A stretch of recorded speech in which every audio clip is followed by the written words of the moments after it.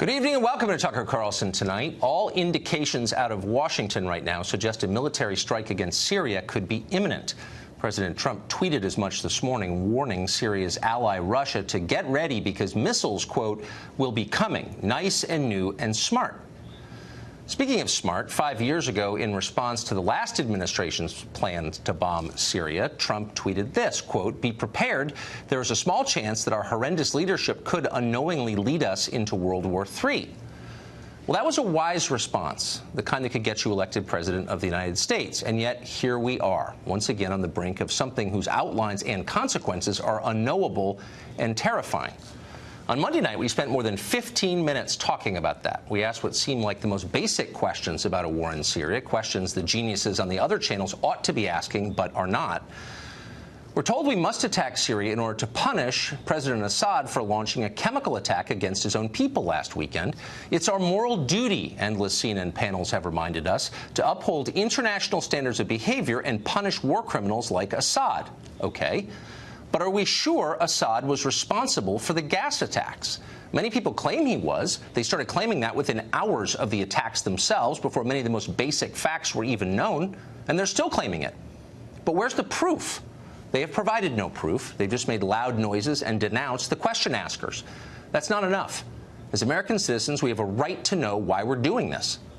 The second question we asked on Monday was, how would attacking Syria help the United States? How would it help make us richer, or safer, or happier? You'd think our policymakers would keep that question foremost in mind always. They don't. They consider the effect on America an irrelevant consideration, maybe even offensive to consider. They are highly annoyed when you ask about it, like only an agent of a foreign government would want to know how a U.S.-led war might help the U.S. Well, it's easy to understand why other countries might want us to attack Syria. China, for example. They'd be thrilled by it. If you sought to displace America as the leader of the world, you'd want it to weaken its military and go broke. And nothing achieves that faster than a pointless war, as we've proved in the recent past. Again, those seem like basic questions. Nobody bothered to answer them or even engage. We had Senator Roger Wicker of Mississippi on the show Monday to talk about Syria. He didn't even try to explain how a war there might help the U.S. Instead, he suggested we were agents of Putin. The rhetoric of the left has corrupted establishment Republicans in Washington, and that's not surprising. The two groups have a lot in common, it turns out. Other pundits and chaise lounge commanders accused us of disloyalty, too, all without answering our questions. Shut up, they explained. Over at CBS, they responded with ridicule. Stephen Colbert hosts The Late Show on CBS. You might not agree with his politics, but Colbert is not stupid. He's smart enough not to engage in a conversation that might reveal him as a mindless warmonger posing as a liberal. So he talked about pandas instead. It is unprecedented that the president's personal lawyer gets rolled up by Johnny Law. Everybody is covering this, and that includes Fox News, whose Tucker Carlson last night wasted no time in going straight at addressing our national nightmare. You know the official story about pandas. They're cute but adorably helpless, which is why they're almost extinct. But like a lot of what we hear, that's a lie. Pandas, it turns out, could easily kill you if they felt like it. Thank God they don't. Yes.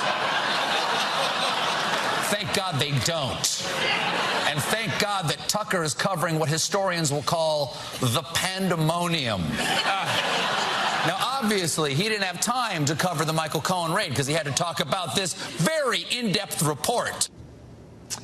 Colbert's bit went on for at least 4 minutes. We've condensed it out of kindness, while our original Panda segment lasted for 30 seconds at the end of Monday's show. And yet it's what CBS jumped on, and CNN and a number of other outlets that have spent the last week pushing this administration to war. They have no interest in explaining how bombing Syria might help America. They don't care. And so instead they make fun of pandas. There may be a real case for war in Syria. We'd love to hear it. We've been begging to hear it. We'd love to hear it from Stephen Colbert himself, by the way. He's welcome here anytime, though, of course, he'll never come.